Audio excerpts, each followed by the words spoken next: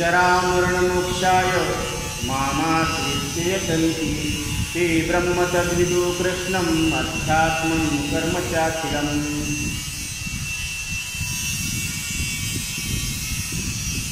अध्याय 7 श्लोक क्रमांक 29 होळी क्रमांक 75। हिरवी तरी पार्था जन्म मरणाची निमे कथा, ऐसिया प्रयत्नाते आस्था विजयाची, तया तो प्रयत्नची एके वेळे मग समग्र परब्रह्मे फळे, जया पिकले या रसोगळे पूर्णतेचा,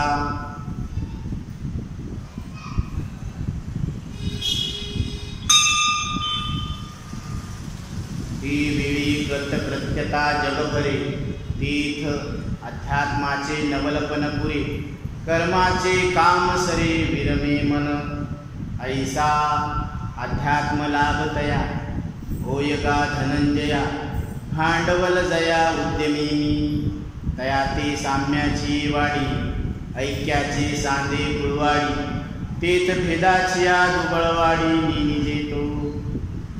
तर इथं 7व्या अध्यायामध्ये माऊली मनुष्य देहात आलेल्या प्रत्येक जीवाला उपदेश करतात की जन्म आणि मृत्यू हे 2 दुःख आहेत की ज्या दुःखातून पार पडण्यासाठी जीवाची तळमळ आहे। हे आवडत नाही। मजलाही दुःख व्हावे ऐसे कोणी न भावे जीवे, मला दुःख व्हावं अशी कोणाची इच्छा नाही, मला दुःख व्हावं यासाठी कोणाचे प्रयत्न नाही, तरी सुद्धा हटकून दुःख पदरात पडल्याशिवाय राहत नाही। आणि घर नसणं, लेकरू बाळ नसणं, पत्नी नसणं, हे जे दुःख आहे हे क्षुल्लक दुःख आहे। हे ज्याला कोणाला आहे कोणाला नाही, म्हणून हे सगळ्यांना नाही आणि सारखं नाही, म्हणून याला साधारण म्हणता येत नाही, कॉमन म्हणता येत नाही, जनरल म्हणता येत नाही। हे कोणाला आहे कोणाला नाही। आता ज्याला पत्नी आहे त्याला पत्नीची इच्छा नाही, ज्याला मूल बाळ आहे त्याला मूल बाळाची इच्छा नाही, मग ज्याला घरदार आहे त्याला घरकुलाची कशाला अपेक्षा केली, कशाला फॉर्म भरत, घरकुल नाही भरणार। मग ज्याला घर आहे त्याला घराची इच्छा नाही पण दुसरी इच्छा आहे, म्हणून इच्छा वाढविते वेल खुंटावा तो खराब, त्या इच्छेचा जी शेंटा आहे ते खुडायला पाहिजे। आणि संसारातल्या इच्छा मात्र संपत नसतात, म्हणून माऊली सांगतात करिसी देवा विनाश, अवघी होईल निराश, तृष्णा वाढवीसी बहुवस, कधी सुखासी न पावसी। म्हणून ही जी इच्छा आहे, ही जी इच्छेचा वेल आहे ना तो खुंटला पाहिजे। जसं बुडापासून वृक्ष छाटला, आता ते उगवण का नाही उगवण, म्हणून तण आणि धन, हे तण काढावं लागतं, धन पोसावं लागतं। तसं हे जे अध्यात्मविद्या आहे इथं एक आत्मरूपी धन आहे, आणि हे महर्षी व्यासांनी या विद्येला काय केलेले कुंपण लावलेलं आहे, आणि हे आत्मधन आहे। म्हणून आमच्या मीराबाई सांगतात पायोजी मैने राम रतन धन पायो, पायोजी मैने राम रतन धन पायो, घर चैना कोई चोर न लेवे, घर चैना कोई चोर न लेवे, दिन दिन बढ़त सवायो, पायो जी मैंने राम रतन धन पाये। आमच्या मीराबाई सांगतात की गुरुकृपेनं मला असं आत्मधन मिळालेलं आहे की जे कोणी खर्चलं वाटलं तर खर्चच नाही, आणि ह्याला कोणी चोरून देत नाही. गंमत आहे, आता एखाद्याजवळ फार मोठी संपत्ती आहे, त्याची इथं डाका टाकते, चोरून नेते संपत्ती चोरते, कपडे चोरते, बुट चोरते, चप्पल हे सगळ्या वस्तू चोरतात. पण ज्ञान ही अशी वस्तू आहे की ती कोणी चोरू शकत नाही. तुम्हाला जितकी माहिती आहे ती माहिती कुणी तुमच्यापासून चोरू शकेल का? नाही. एखाद्या वेळेस कॉम्प्युटरमधला डाटा तरी उडवता येईल किंवा लिकेज होईल. पेपर फुटला, कसा फुटला? डाटा लिकेज झाला म्हणून फुटला, नाही तर इरी फुटत नाही. ते का माठ फुटीच आहे फुटायला? माठ फुटत हो, पण पेपर कसा फुटन हो? तर त्याच्यात मधातलाच कोणीतरी असतो, तो फोडत असतो, म्हणून हे चोरत नाही. आणि गंमत अशी आहे की शास्त्रामध्ये आता इथं काय सांगितलेलं आहे की गरुड पुराण म्हणून आहे.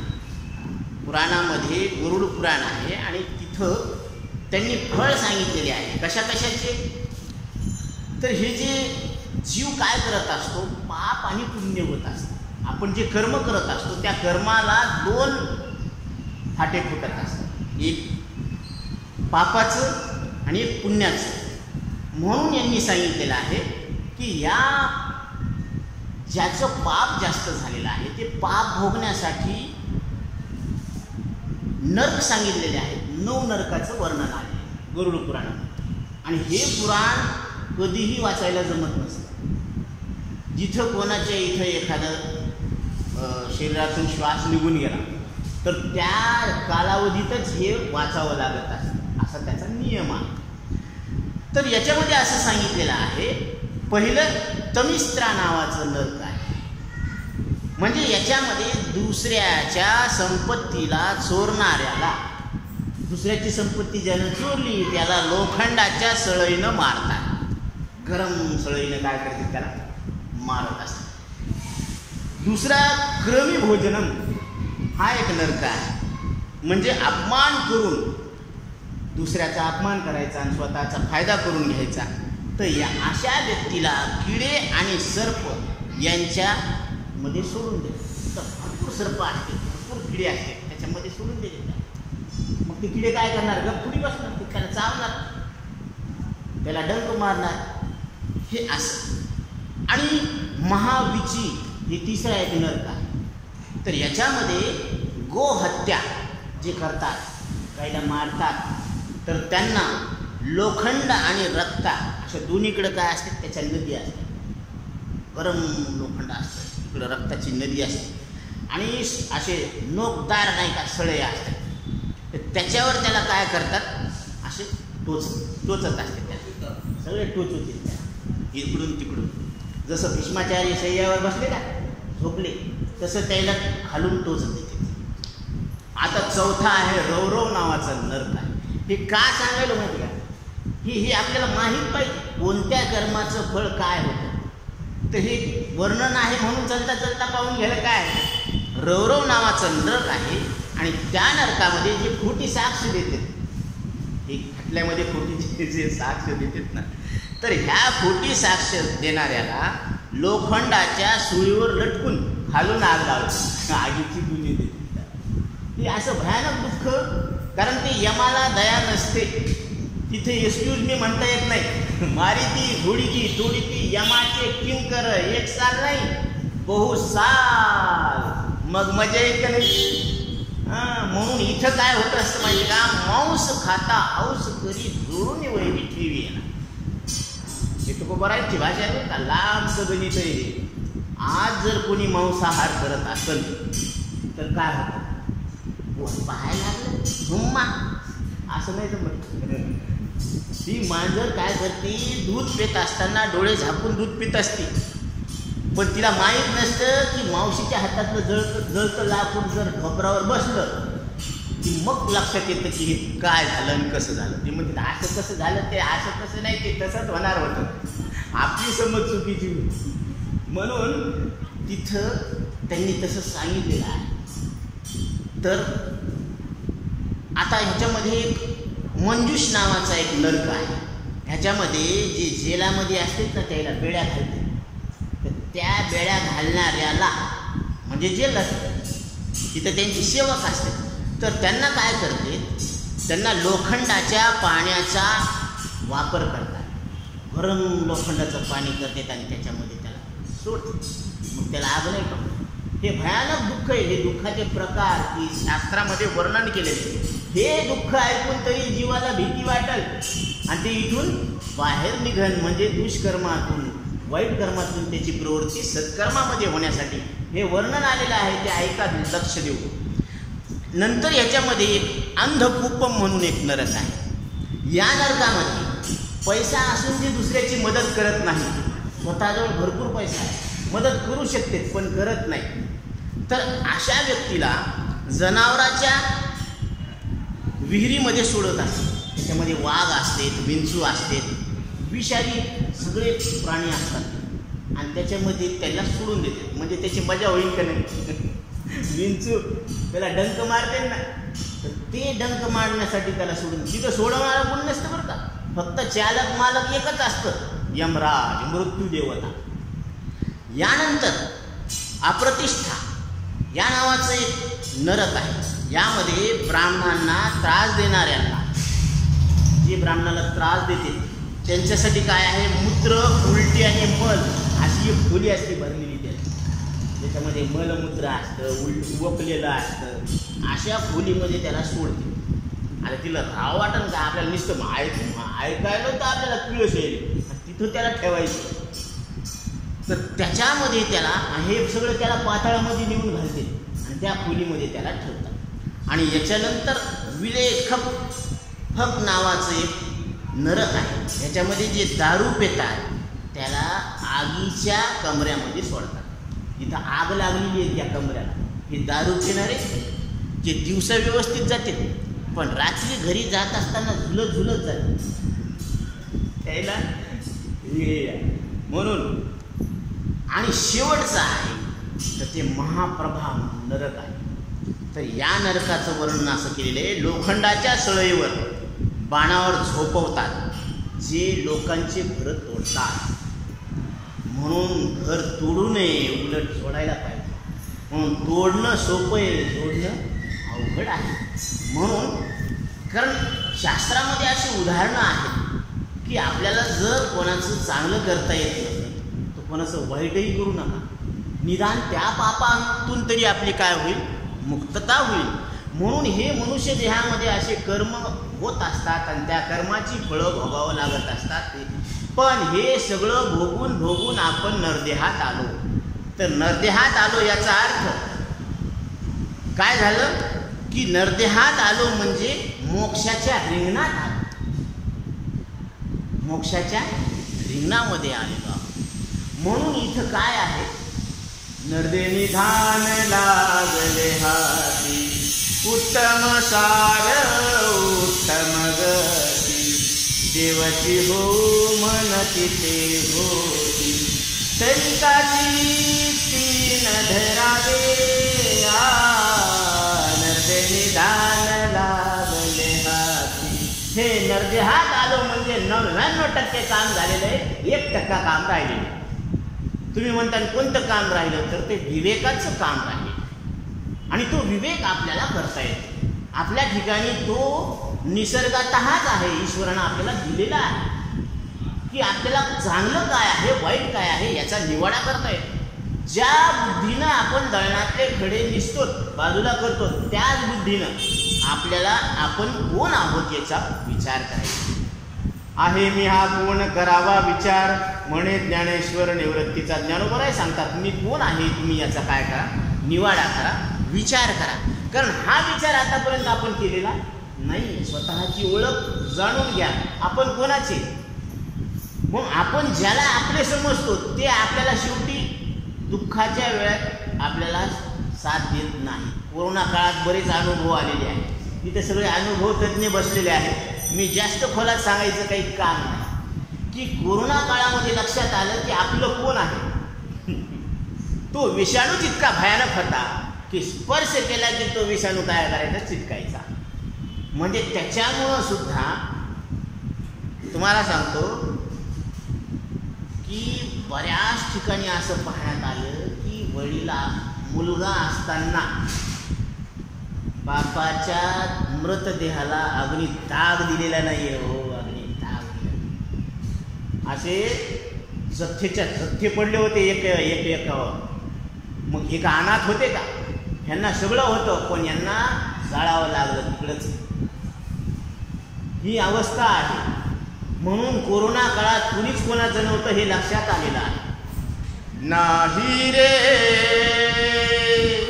नाही कुणाचे कोणी, नाही रे नाही कुणाचे कोणी. म्हणून इथं सांगतात की इथं कुणीच कोणाचं नाही. कारण ज्या वेळेस तुला ही 2 दिवसाची जवानी तुझी पुढे नाही टिकणार, वृद्ध काळ तुझं जवळ येता वैद्य काय करणार. त्या बात आहे की 2 दिवसाची ही जी तारुण्य आहे हे निघून गेल्यानंतर ज्यावेळेस वृद्ध काळ जवळ येईल त्यावेळेस वैद्य काय करणार. दात पडले ते म्हणे आम्ही सुपारी सोडून दिली म्हणे, वैराग्य आम्हाला का, तर म्हणे यांचे दात पडले आणि यांनी काय केली, सुपारी सोडली. वारे वा वैराग्य. याला वैराग्य नाही म्हणत. अरे दात असताना सुपारी सोडणं हे खरं वैराग्य. विषय असताना विषयाचा त्याग करणं हे खरं वैराग्य आहे. म्हणून वैराग्य याला म्हणावं की सगळ्या वस्तू आहेत उपलब्ध, इंद्रिय आहेत, त्यांचे विषय आहेत, पण अंतकरणामध्ये विषय भोगण्याची इच्छा नाही. म्हणून आचार्य सांगतात की कंकरापासून शंकरापर्यंत जे विषय आहेत ते काबविष्टा समान मानना चाहिए. म्हणजे या विषयाबद्दल आपल्या अंतकरणामध्ये आसक्ती न राहणं. जसं लेकरं खेळतात गल्लीतले, पण ते खेळताना पडले त्यांना लागलं तर आपलं मन दुखतं का, नाही. आणि आपलं लेकरं जर खेळता खेळता पडलं तर मग मात्र तो इथं घाव बसतो काळजावर. याचं कारण आहे. असं का होतं, कारण विषय दोन्ही सारखेच आहेत ना. तोही मुलगा आहे, हाही मुलगा आहे. ते म्हणते आपलं लेकरू आणि लोकांचं चालतं. तसं नाही आहे. याचं कारण काय माहिती का, त्या आकृतीबद्दल आपल्या अंतकरणामध्ये ममत्व नाही आणि या आकृतीबद्दल आपल्या अंतकरणामध्ये ममत्व आहे. म्हणून त्यांनी सांगितलेलं आहे की या सगळ्यामध्ये राहत असताना तुम्ही न करी रे संग राहे रे निश्चळ लागोनी दी मळ ममतेचा. जसं पाण्यामध्ये गुलाबाचं फूल असतं पण ते स्वतःच्या अंगाला पाणी लागू देत नाही, ते वेगळंच राहत असतं. जसं उसातून जायचं पण पाचट अंगाला लागू द्यायचं नाही, तसं या शरीरामध्ये आहे आपली प्रगटता. देहाचे मोटके उभे तेथ चेतना उपलब्धे. माऊली सांगतात की हे 3.5 हाताचा देह आहे आणि या देहामध्ये चैतन्याची प्रगटता आहे आणि ते चैतन्य तुमचं आमचं सगळ्यांचं एक स्वरूप आहे. पण त्या चैतन्यानं काय केलेलं आहे, अविचारानं अज्ञानानं या 3.5 हाताच्या देहाला मी माझं आणि खरं समजलं, इतकंच चुकलंय. हलकासा पर्दा आहे, कोई दीवार नाही. हे काय आहे, एक हलकासा पर्दा आहे. मैं वो परवाना हूँ पत्थर को मोम कर. हे काय, मग हे दगडाला जर पाजर पडण्याची ताकद आमच्यात आहे तर ह्या हलक्याशा पडद्याला काय उशीर लागणार आहे. म्हणून त्यांनी सांगितलं की हे भयानक कर्म आहे, ते कर्मपात, कर्माचं जाळं फार भयानक आहे.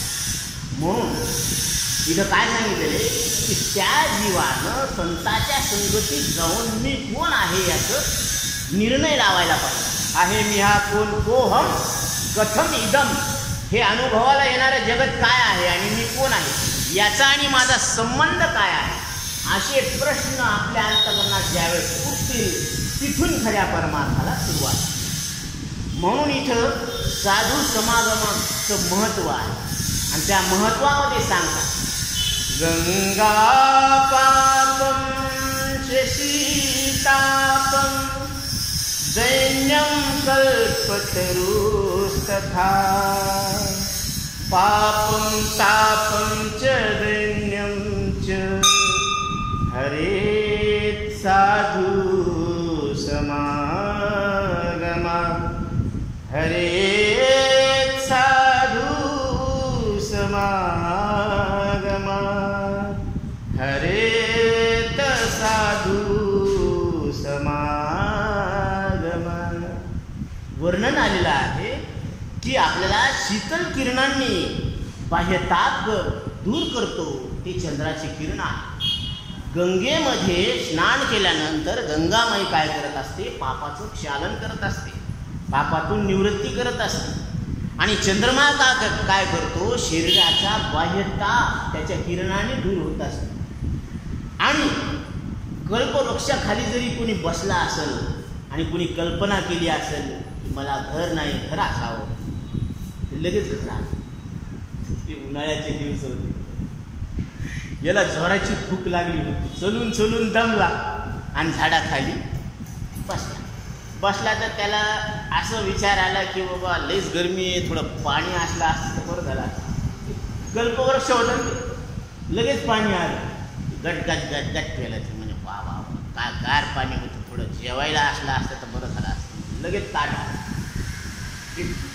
मस्तपैकी जेवला. आता भूक लागलेली होती, सण सण सण सण. म्हणजे वा वा वा आता थोडं लोळायला बाज असली असते तर बरं झालं असतं. लगेच बाज लागली.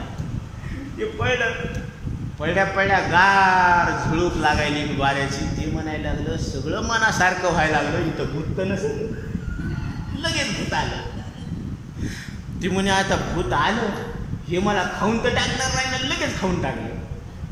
आता यानं विचार करायला पाहिजे होतं की हे कशा खाली बसलं? कल्पवृक्षाच्या खाली बसलं. आणि कल्पवृक्षाचं वैशिष्ट्य असं असतं की तिथं खाली बसल्यानंतर जी कल्पना करतो ती पूर्ण होत असते. मग कल्पतरू तळवटी जो कोणी बैसला, काय वाण त्याला सांगा तुझी. त्याला काय कमी आहे? बरं काहीच कमी नाही आहे, पण त्याला मोक्षाची इच्छा होत नाही, विषयाचीच इच्छा होती. म्हणून विषय ओढे भुलले जीव, आता याची कोण करील कीव. नुपजे नारायणी भाव पाहुनी ठाव नरदे. क्या बात आहे.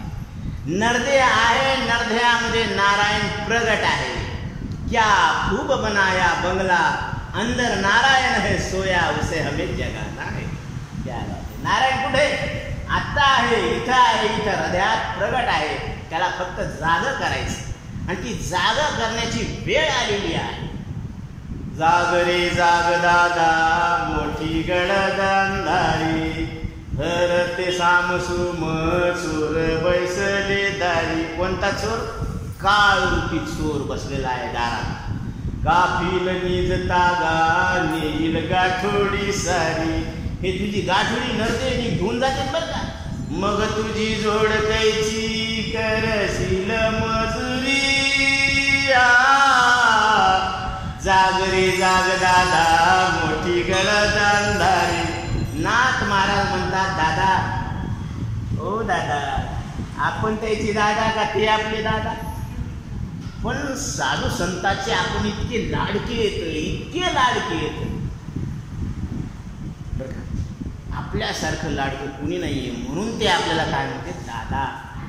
आपण दादा नसून आता लेकराचं पहा ना, आईची माया कशी असते, प्रेम कसं असतं आईचं. ती लेकरू ज्यावेळेस घास खात नाही ना, तर ती आई म्हणती एवढा घास खा ना माय. आता खरं सांगा, ही तिची माय का ती हिची माय? पण प्रेम कसं आहे पहा, तर तीच भूमिका आहे आईची भूमिका. साधू संत म्हणजे काय आहे? आपली आई आहे. साधकांचा माय बाप दरुशने हरे ताप. हे ज्ञानोबराय म्हणजे काय आहेत? आपले आई, आपले बाप आहे. तुम्ही संत माय बाप कृपावंत. म्हणून यांनी काय केलेले, किती उपकार आहे त्यांचे. केले उपकार सांगो मी काय, बापन करी ऐसी माय. धर्मे त्यांच्या देखियले पाय, दिले अक्षय भयदान गा. केले उपकार सांगो मी काय. किती उपकार आहेत साधू संतांचे आपल्यावर. ईश्वराचे उपकार आहेत की त्यांना आपला सुंदर असा दिलेला नरदेह आहे, नाक आहे, डोळे आहेत, मुख आहे. आता हात आहेत ना, आपल्याला हाताची किंमत नाही आहे. डोळे आहेत ना, डोळ्याची किंमत नाही आहे. जे सहज मिळालेलं आहे त्याची आपल्याला किंमत नाही आहे. हे ज्यावेळेस एक निघून जाते ना, त्यावेळेस त्याची किंमत आपल्या लक्षात येईल. पण त्यावेळेस काय आहे, वेळ निघून गेल्यावर काय, हातचे निदान जाय मग तू करशील काय. म्हणून नैन आहे तो चैन आहे, नाही तो बेचैन आहे. डोळे आहे म्हणून बरे, कारण सगळ्या वस्तू पाहता येतात आपल्याला. विठ्ठलाचं रूप पाहता येतं, किती चांगलं रूप आहे विठ्ठलाचं. उठोनिया पहाटे विठ्ठल पहा उभा विटे, चरण तयाचे गोमटे अमृत दृष्टी अवलोका. कारण विठ्ठलाचं मुख निहाळल्यानंतर काय होतं अंतकरणातले मल विक्षेपावरून दोष निवृत्त होतात. म्हणून त्या भगवंताचं रूप पाहिल्यानंतर, सगुण रूपाचं ध्यान केल्यानंतर काय होत असतं, मनातला दोष मल दोष निवृत्त होतात. म्हणून नामस्मरणाचं महत्व आहे. म्हणून इथं काय सांगितलेलं आहे की कल्पवृक्षाच्या खाली जर कोणी बसला तर त्याचं दैन्य निवृत्त होत असतं. पण साधू संतांच्या संगतीत आल्यानंतर त्याचं पाप ताप आणि दैन्य एका क्षणामध्ये निघून जातात. पाप ताप दैन्य उठा उठी हे गेले उठावं. ज्यावेळेस साधू संतांची भेट होत असती त्यावेळेस हे दैन्य जातं, पाप जातं आणि तापही निघून जातात. विविध तापाची झाली बोळवण, एका जनार्दनी श्री दत्त ध्यान. म्हणून ते काय म्हणतात, अवधूत चिंतन श्री गुरुदेव दत्त. दत्त शब्दाचा अर्थ जे कधी बदलत नाही ते, आणि तुम्ही बदलत नाही. आता शरीराचा बदल झाला, तुमचा बदल झाला का? शरीर पहिले लहान होतं, आता मोठं आहे, दणकट आहे, आणि आता तेच दणकट शरीर आता टच्चर व्हायला लागलं. शरीरात बदल झाला का तुमच्यात बदल झाला? शरीरात बदल झाला, शरीराच्या अवस्थेत बदल झाला, पण तुम्ही जाणणारे तेच आहेत ना. तुम्ही सांगतात ना की मी पहिलाच आहे म्हणतो. जे बालपणात होते तेच आता आहे. आता बालपणामध्ये तुम्हाला जर पैसे दिले तर त्या पैशाची तुम्ही भावली आणायची, बरोबर. आता जर तुम्हाला भावली दिली तर ती विकून तुम्ही पैसे करणार. म्हणजे तुमच्या इच्छा बदलल्या, पण इच्छेला जाणणारे तुम्ही तेच आहे. म्हणून इच्छा बदलणारे आहेत. अनंत बुद्धीचे तरंग, क्षणोक्षणा पालटती रंग, करू जाता संग तव तव होय तुपा.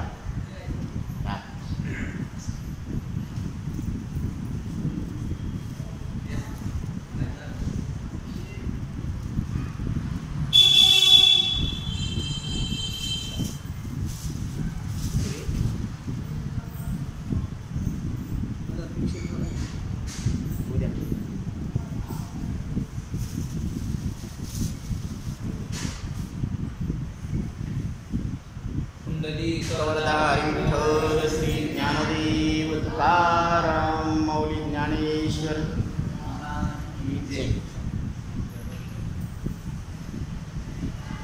आमचे आदरणीय मित्र शुभम महाराज आले वालूरच्या, आणि तात्याराव महाराज मोगल हे कुंडीचे आहे. तर यांनी येऊन इथं कथेला श्रवणालाच आलेले आहे योगायोगाने. त्यांचं इथे स्वागतच आहे. इथं सगळ्यांचं स्वागत आहे. यारे यारे लहान थोर, याती भलत्या नारी नर. आधी नारीचा नंबर आहे. सरकारनं 33% आरक्षण आता दिलेले आहे. आमच्या साधू संतांनी 100% आरक्षण नारीला दिले.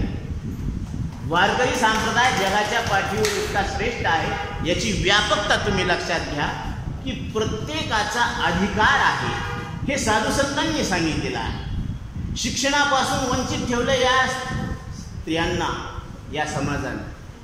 म्हणून पहिल्या अंधश्रद्धा निर्मूलन जे केलेलं आहे साधू संतांनी, तर त्यामध्ये राजाराम मोहन राय यांनी सती प्रथा बंद केलेली आहे. स्त्रियांना शिक्षणापासून वंचित ठेवणाऱ्या समाजासाठी लढणारे महात्मा ज्योतिराव फुले यांनी पहिली शाळा स्त्रियांची काढलेली आहे. म्हणून प्रौढ शिक्षण आज जे सरकार चालवत आहे, तर हे अंधश्रद्धा निर्मूलन व्हायला पाहिजे. मग श्रद्धा काय आणि अंधश्रद्धा काय? एखाद्या गोष्टीचं विचार विनिमय न करता त्याला ऍक्सेप्ट करणं ही अंधश्रद्धा आहे. अशा बऱ्याच अंधश्रद्धा आहे. आपण रस्त्याने जाताना पाहतो की एखादी जर मांजर आडवी गेली तर ती मध्ये जी आपशेपून आहे, ही अंधश्रद्धा आहे. मग या मरणाऱ्या देहाला न मरणाऱ्या चैतन्यानं मी समजणं ही श्रद्धा आहे का अंधश्रद्धा आहे? ही अंधश्रद्धा आहे.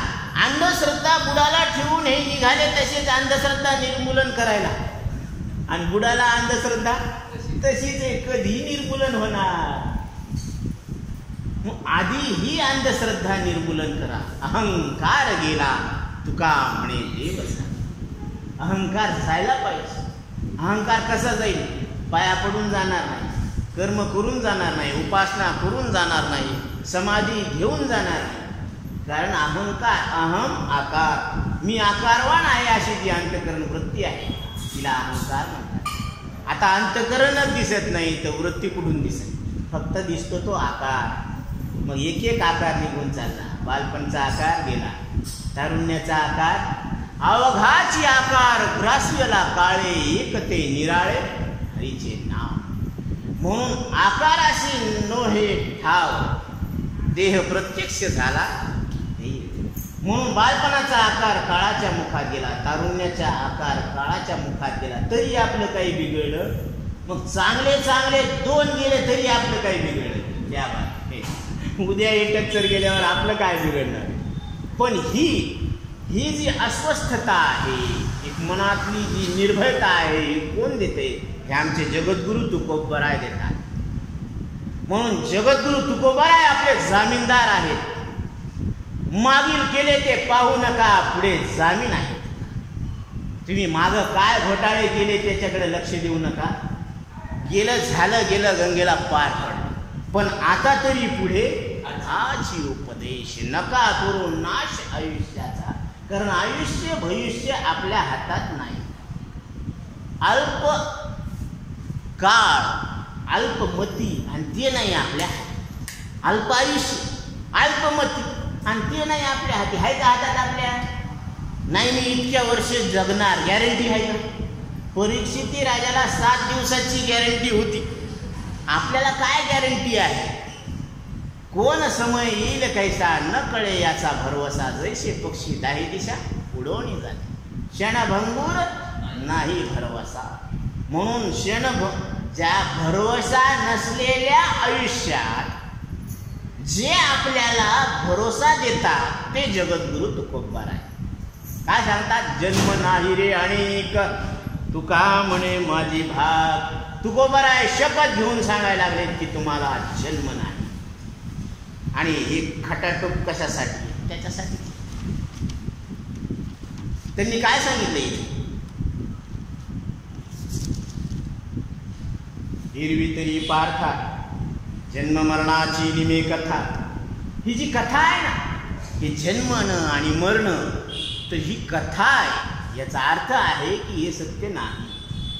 जन्म आणि मृत्यू सत्य नाही, ही कथा आहे. ऐसिया प्रयत्नाते आस्था जायची. या दिशेनं ज्याचे प्रयत्न आहेत, ज्याचा पहिला पाऊल आहे. आणि गंमत अशी, एक पाऊल जर आपण देवाकडे टाकला तर देव 10 पाऊलं चालून येत असतात. वाट पाहे उभा भेटीची आवडी, कृपाळू तातडी उतावीळ. तो वाट पाहायला लागला की यानं माझ्याकडे यावं, यानं मला हाक मारावी. पण जे हाक मारतं ना, हे सासऱ्याला हाक मारतं, सासूला हाक मारतं, बायकोला हाक मारतं, लेकराला हाक मारतं, हे कधीच येत नाही. आणि आता तर मोबाईलचा जमाना असा आहे की घरात असून ते म्हणते हॅलो मी बाहेर आहे, विषयच मिटला. अरे ते घरातच असतात पण काय म्हणते, म्हणजे माणूस खोटं बोलायला का खरं बोलायला हे बी. म्हणून आपल्या हाकेवर येणारा जो कुणी असेल तर तो श्रीकृष्ण परमात्मा. देवा तू द्रौपदीच्या हाकेवर आलास, गजेंद्राच्या हाकेवर आलास, तो माझ्या हाकेवर येणार नाही का? येणार. 100% गॅरंटी आहे, खात्री आहे. फक्त तुम्ही हाक मार. हाकारोनी सांगे तुका नाम घेता राहू नका. कारण नाम घेतल्यानं काय होतं माहिती का? नाम घेतल्यानंतर राम म्हणता रामाची होईल, ही ताकद आहे. राम म्हटल्याबरोबर तुम्ही रामरूप होऊन जाता. म्हणून माऊली सांगतात, तैसा हृदयामध्ये मी रामू, असता सर्व सुखाचा आराम, की भ्रांतासी काम विषयावरी. राम आत्ता आहे, इथं आहे, प्रगट आहे, आणि ते राम तुम्ही. क्या बात. राम कोण आहे? तुम्ही. आता ते गार्गी नावाची एक मोठे संत होऊन गेले. आपल्या हिंदू संस्कृतीमध्ये आपल्याला वाटतं की स्त्रिया आबला आहेत. आबला नाही आहे. यांच्यात स्त्रीमध्ये फार शक्ती आहे. कारण नारी जाति का मत करो अपमान, नारी तो है रत्न की खान, जहाँ से हमें मिले हैं ध्रुव प्रहलाद हनुमान. याचे रत्न आपल्याला मिळालेले स्वामी विवेकानंद. स्वामी विवेकानंदांना एका स्त्रीनं मला असा प्रश्न टाकला की मला तुमच्यासारखा मुलगा पाहिजे. ते म्हणले, माय तू माझी माय, मी तुझा मुलगा. काय दृष्टी.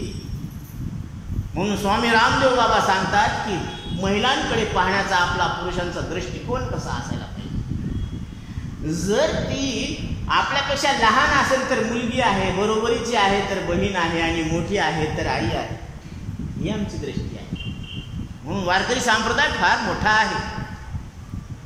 ह्याची जी भूमिका आहे ती आम्ही फक्त स्त्री पुरुष असं नाही माना. आम्ही तर सगळ्यांना एकाच मापात, एकाच नजरेनं पाहतो की हे सगळे देव आहेत. जीव अवघे देव, खोटा नागरी संदेह. इतकी पवित्र पारदर्शी भूमिका आहे आमच्या साधू संतांची. आणि ज्ञानोबरायांची भूमिका तुम्हाला सांगू. ज्ञानोबराय सांगतात की हे इथं समोर बसलेले ना स्त्री आहे, ना पुरुष आहे, ना बाल आहे, ना वृद्ध आहे, ह्याच्यामध्ये कुठला भेद नाही. तर हे कोण आहेत? प्रभू तुम्ही महेशाच्या मूर्ती, मी दुबळा अर्चित तसे भक्ती, बोल जरी गंगावती तरी स्वीकाराल की तुम्ही साक्षात महादेवाचे अवतार. म्हणून हर हर महादेव. इथं सगळे प्रत्येक जण कोण आहेत? महादेवाचा अवतार आहे. म्हणून प्रभू तुम्ही महेशाच्या मूर्ती, मी दुबळा अर्चित तसे भक्ती. मी जे तुमच्या समोर बोलायला लागलो हे माझे चुटके फुटके जे शब्द आहेत ती निर्गुणीचा पाला आहे, याचा तुम्ही स्वीकार करताल ना. इतकी लीनता जगाच्या पाठीवर आज कुठंच पाहायला मिळत नाही. म्हणून तेची संत ज्यांचा हेत विठ्ठले, तुम्ही विठ्ठल स्वरूप परमात्मा आहे असं कळून देणार ज्यांचा हेतू आहे तेच खरे संत आहेत. नाहीतर पोटासाठी संत झाले कलित भक्त. हे म्हणतात ना, दगड काढला की इच्छू येईल, तसं दगड काढला की महाराज बाप्पा. कोणी डेरीवाले, कोणी ते लक्ष नाही कोणाला म्हणावं. जे म्हणून तर इथं सांगितले, व्याख्या केलेली हो, प्रमाण आहे. प्रमाणाशिवाय बोलता येत नाही. जे शिष्या ते सद्वस्तू ते मिळविती, तया ते श्रीकृष्ण सद्गुरू माने. आता श्रीकृष्ण परमात्मा कोणाला सद्गुरू मानतात ते तुम्ही फक्त ऐकून घ्या, मग नंतर निर्णय घ्या. डिसिजन तुम्ही घ्या. जे शिष्या ते सद्वस्तू ते मिळविती. आणि आपण आपल्या आईवडिलांना कशात मिळवितो? पित्रात. म्हणजे तुम्ही परत जन्मान परत मरा. पुनरपि जननम पुनरपि मरणम पुनरपि जननी जठरे शयनम इह संसारे खल दुस्तारे भज गोविंदम भज गोविंदम भज गोविंदम मूढमती. किती वेळा जन्मा यावे, किती भावे कधी. म्हणून जीव भेला उगत नाही आला पांडुरंगाकडं. फुटबॉल कोणाची लात खात नाही, सगळ्याच्या लाता खाल्ल्या मग गोलमध्ये झाला ते मग वळायले झाला. तसं या जीवानं आतापर्यंत कोणाकोणाच्या लाता खाल्ल्या, सुखाच्या, दुःखाच्या, पापाच्या, पुण्याच्या, सगळ्याच्या लाता खाल्ल्या. आणि मग आता इकडं गोलमध्ये आला संताच्या संगती. ती मुलं लई पळाला रे बाप्पा. आता ते काय झालं माहिती का, एका जणांना हे पहा संप्रदायाचे नियम फार चांगले बघ. तुकोबरायांना आपल्याला अपेक्षा आहे. काय अपेक्षा आहे? कंठी मिरवा तुळशी, व्रत करा एकादशी, मनवा हरीचे दास, तुका म्हणे मजहियास. तुमच्याकडून मला एकच अपेक्षा आहे, तुम्ही आमच्या नावानं उदो उदो करू नका, पोथ्या डोक्यावर घेऊन नाचू नका. फक्त एकच करा, कंठी मिरवा तुळशी, कंठामध्ये तुळशीची माळ धारण करा, व्रत करा एकादशी, म्हणवा हरीचे दास, तुका म्हणे मज हे आस. मला एवढीच अपेक्षा आहे की तुम्ही तुमच्या मुखानं मी हरीचा दास आहे असं म्हणून घ्या. तरीच जन्मा यावे, हा दास विठोबाचे व्हावे. जन्माला यायचं ना तर विठोबाचाच दास व्हा. सकारात्मक शब्द वापरला, नाही तर मग मरून जा. बोलले नाही तसे, पण अर्थ तेच नाही. तरीच जन्मा यावे, दास विठोबाचे व्हावे. नाही तरी काय थोडी श्वान सुकरी बापरी, नाही तर मग बाकी सगळे कमी आहेत का हे. म्हणून इथं आलोत आपण. गळ्यामध्ये सोन्याची माळ असली तर अहंकार वाढतो, आणि गळ्यामध्ये तुळशीची माळ जर असली तर अख्खं जग तुमच्या समोर वाकते रामकृष्ण हरी म्हणून वाकत. ही ताकद आहे. आपल्याला इथं कोणाला वाकवायचं नाही, पण ताकद पहा की यमाचे पाय सुद्धा तिथं स्पर्श करू शकत नाही. ही ताकद. म्हणून तुकोबारायांची भेट ज्यावेळेस शिवाजी महाराजांनी तुकोबारायांना भेटण्याचं ठरवलं, त्यावेळेस त्यांना छत्र चामर घोडे एक मुनीम सुद्धा पाठवला होता त्यांना आणायला. ते म्हणले छत्र चामर घोडे हे तो बऱ्याच न पडे, काय कामाचं आमचं. म्हणून ते म्हणले मुंगी आणि राव आम्हा सारिखाच. मुंगी असो का राजा असो, आम्ही एकाच नजरेनं पाहतो की हे परमात्मा आहे. जीवावर हे खोटा नागरी संदेश. म्हणून ते सगळे एकाच मापात पाहतात. तसं साधू संतांची दृष्टी ही अद्वैत असते आणि आपली दृष्टी ही द्वैतात्मक असते. म्हणून आपल्याला दुःख होतं. म्हणून हे जे जन्म मृत्यूचं दुःख आहे ना, तर हे दुःख कशामुळं आहे, तर याला आपण मी समजलेलं आहे, माझं समजलेलं आहे आणि खरं समजलेलं आहे. म्हणून इथं सांगितलेलं आहे, ते सांगतात की प्रत्येकानं असा विचार करायला पाहिजे की या आकाराहून आपण वेगळे आहोत. कारण कोणत्याच आकाराला कोणताच आकार कळत नाही, आणि सगळेच आकार आपल्याला कळतात. असं आकारानं ध्यानात घेतलं. दमादमानं आकार, पण दमादमानं म्हणले आज करू उद्या करू, पण वेळ आपल्या हातात नाही ना. कारण काही सांगता येत नाही. सामा है 100 बरस का कोल की खबर नाही. घटकात काय होईल काही सांगता येत नाही. म्हणून ही रात थोडी आणि सोंग जास्त आहेत. म्हणून ह्या अशा गोष्टी आहेत की आपल्याला हा दिवा लावायचा, ज्ञानाचा दिवा घरोघरी लावा. हा ज्ञानाचा ज्योत. कारण ही ज्योत तिथून आलेली आहे, ज्ञानोबरायापासून आलेली. ज्योत से ज्योत जगाते चलो, प्रेम की गंगा बहाते चलो. राह में आए जो दीन दुखी, सबको गले से लगाते चलो. प्रेम की गंगा बहाते चलो. ही प्रेमाची गंगा आपल्यापर्यंत आलेली आहे. ती आज त्यांचे किती उपकार आहेत. म्हणून साधू संतांचे उपकार आहेत, आई वडिलांचे आपल्यावर उपकार आहेत. कारण आई वडील साक्षात देव आहे. देव कसा आहे हे तर आपण पाहिलं नाही ना. धरती पे रूप माँ बाप का, उस विधाता की पहचान है. ये तो सच है कि भगवान है मगर फिर भी अनजान है. माहित नाही देव कुठे कसा आहे.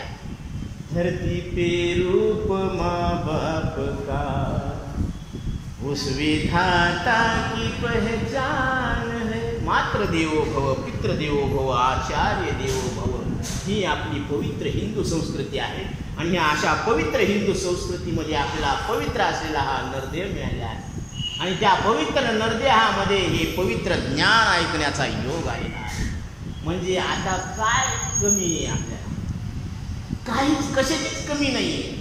मग कुठं न पडायला लागलं. फक्त आपण आपल्या विवेकावर जागं राहायला पाहिजे. नाथ बाबा सांगतात, जागे राहा वरल्या आळी, महारणीने दिली आळी. वरल्या आळीला म्हणजे उंच देवाचे चरण, तेथे झाले अधिष्ठान. उंच देवाचं चरण आहे. म्हणजे अधिष्ठान कसं आहे, स्थूल सूक्ष्म कारण महाकारण देहातीत येते आणि स्थूल देहावरच जागे. म्हणून मधल्या आळीला एक बायको फिरे, मधल्या आळीला तिजला तुम्ही साधा, मग पडेल पुरे तिजला तुम्ही साधा. नाही तरी पाटलो बा तिची पळतील बुरे, नाही तरी पाटलो बा तिची पळतील बुरे. पिंगळा माधवारी बोली बोलत देखा, पिंगळा माधवारी. नाथ महाराज सांगतात की हा जो पिंगळा आहे हे मधल्या आळीला काय आहे, एक बायको फिरायला. म्हणून एक ध्यानात घ्या की प्रत्येकाला 2 बायका आहेत. आपल्या म्हणजे कशी प्रथा आहे व्यवहारामध्ये की पुरुषाला 1 बायको आहे, बरोबर आहे. पण नाथ महाराज सांगतात की पुरुषाला 2 बायका आहे आणि स्त्रियाला पण 2 बायका. कोणत्या? तुमच्या घरी दोघी नानी आणि त्याची नाही नानू नको बघी, एक सुबुद्धी आहे एक दुर्बुद्धी, बरं का. म्हणून राजा एक देहपुरी. तर या देहामध्ये या राज्यामध्ये ह्या 2 बाया नांदायला लागल्यात, पण त्यांची नांदणूक बरी नाही म्हणायला लागलीत. का?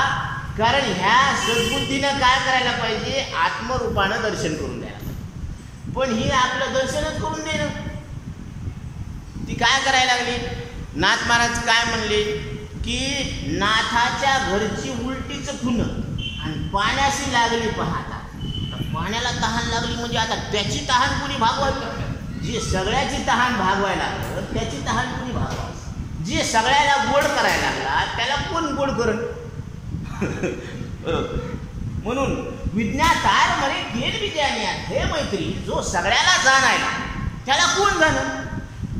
आता तुम्ही आहे मन इंद्रिय वाणी बिनरूप, तुम्हाला वाणी नाही, रूप नाही, नाव नाही, गाव नाही, असे कोण आहेत तुम्ही.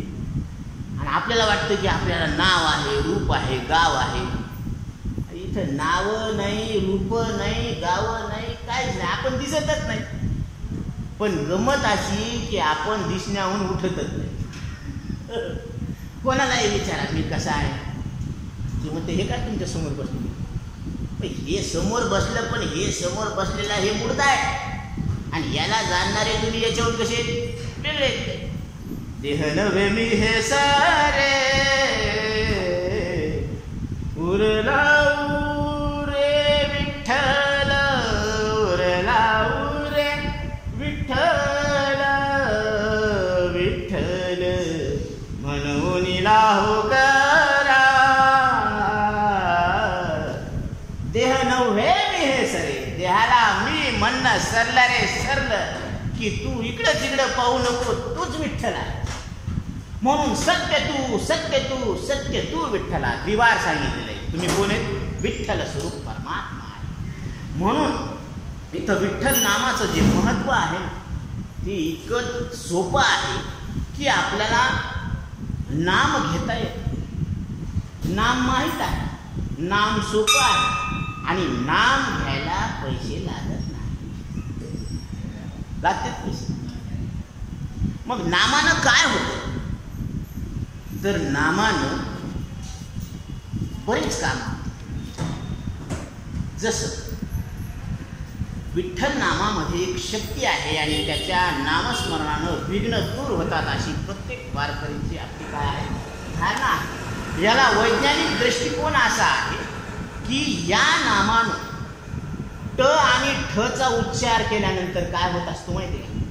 हे डबल ठ म्हणजे ठ वर जास्त जोर दिला की तिथं प्रेशर निर्माण होत असतं आणि त्या प्रेशरनं काय होत असतं, जे अतिरिक्त गॅस आहेत ना ते बाहेर जातात, ते हृदयाकडं प्रेशरनं जात नाही आणि प्रेशरनं गॅस खाली गेल्यामुळं हृदयविकाराचा झटका येत नाही. ही विठ्ठल नामाची ताकद आहे. कारण ते गॅस कुणीकडे गेले, इकडं बाजूला सरकले, ते हृदयाकडे गेले नाही.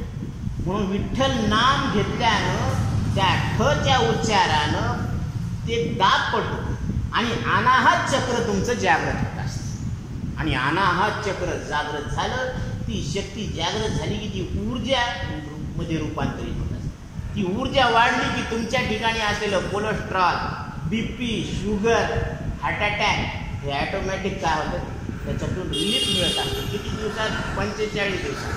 म्हणून ती नामस्मरण करण्याची एक पद्धत आहे, विज्ञानानं हे सिद्ध केलेलं आहे की प्रत्येकानं ज्ञानमुद्रेमध्ये बसायचं, पद्मासन घालायचं, पाठीचा कणा सरळ ताठ ठेवायचा 90 डिग्री सेंटीग्रेड आणि प्रत्येकानं 5 मिनिटं दररोज विठ्ठल विठ्ठल विठ्ठल विठ्ठल असा ध्वनी करायचा. आणि हा ध्वनी केल्यानंतर तुमच्या शरीरातील व्याधी तर निघून जाणारच जाणार, पण भवरोगा ऐसे जाय अनेक काय शिल्लकी, ब्रह्मरस घेई काढा तेने पिडा वारे, पथ्य नाम विठोबाचे. इथं बी पथ्य काय तेच की विठ्ठलाचं तुम्ही नाव घ्या.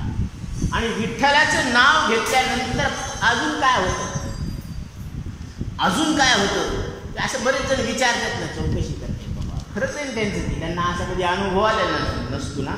पण विठ्ठल नामाचा फायदा आहे, न कळो ते कळो येईल उगले नाम या विठ्ठल एकाचे. जो विषय तुम्हाला आतापर्यंत कळालेला नाहीये तो सुद्धा कळून येईल. वेळ सांगा बरं का किती वाजले? हा वेळ संपला. न दिसे ते दिसो येईल उगले नाम या चिंतने विठ्ठलाचे. जे तुम्हाला दिसत नाही ते सुद्धा दिसेल, म्हणजे देवाचा सगुण साक्षात्कार होणार, म्हणजे विठ्ठल नामानच होणार. न बोलो ते बोलो येईल उगले नामे या विठ्ठले एकाचे. ज्या विषयाबद्दल तुम्हाला बोलता येत नाही त्या विषयावर तुम्ही बोलू शकता, नामे या विठ्ठले एकाचे. न भेटे ते भेटो येईल उगले नामे या विठ्ठले एकाचे. जी वस्तू तुम्हाला भेटत नसेल, मग ती संसारातली असो का देव असो, जर तुमची इच्छा मला देव भेटावाच तर जरूर भेटणार. नामे या विठ्ठले एकाच. अलभ्य तो लाभ होईल अपार. ज्याचा लाभ होऊच शकत नाही असं आपल्याला वाटतं, अशक्य, पण ते सुद्धा शक्य होईल. नाम निरंतर म्हणत आवाज, नाम निरंतर म्हणायला पाहिजे. सासू की माला पे सासू की माला पे सिमरू मैं हरि का नाम. सासों की माला पे सिमरू मैं हरि का नाम. नाम के पथ पर चलते चलते हो गई मैं बदनाम. सासों की माला पे सासों की माला पे. आमच्या मीराबाई सांगतात, जन्मभरीच्या श्वासा इतके मोजले मी प्राण, बाईंनी विकत घेतला श्याम. आता तो श्याम फक्त माझा आहे, त्याच्यावर आता कोणाची सत्ता नाही. आपुला तो एक देव करून घ्यावा, तेने बिन जीवा सुख नाही, सुखत नाही हो. तुम्ही देवाला आपलंसं करून घ्या. आमच्या मीराबाईनं मेरे तो गिरधर गोपाल दुसरा नको. म्हणून देव आपला आहे आणि आपण देवाचे आहे. आता देवाला जन्म मरण नाही आणि त्याच्या संगतीत राहिल्यावर मग आपल्याला बी जन्म मरण नाही असं लक्षात येईल. कारण ते म्हणतात ना की वाण नाही पण गुण लागला. मग वाईटाच्या संगतीत वाईट गुण लागायले तर चांगल्याच्या संगतीत चांगले गुण नाही लागणार का? लागणार 100%. पण संगत तर करा, श्वानराव वारपाट संगतीत तर या ना तुम्ही. या, बसा, विचार करा. असा साधू संतांचा आपल्याला निरोप आहे. झालेली सेवा माऊलीच्या चरणी अर्पण करून सेवेला पूर्णविराम देऊ. पुंडलिकावरदे हरिविठ्ठल श्री ज्ञानदेव तुकाराम भगवान की जय. माऊली ज्ञानेश्वर महाराज की जय. आता विश्वात्मके देवे येणे वाग्यज्ञ तोषावे, तोषो निमज द्यावे पसाय दानहे. जे खळांची व्यंकटी सांडो, तया सत्कर्मी रती वाढो. भूता परस्परे जडो, मैत्र जीवांची दुरितांचे तिमिर जाओ. विश्वस्व धर्म सूर्य पाहो, जो जे वांछिल तो ते लाहो. प्राणिजात वर्षत सकळ मंगळी, ईश्वरनिष्ठांची मांदियाळी अनवर्त भूमी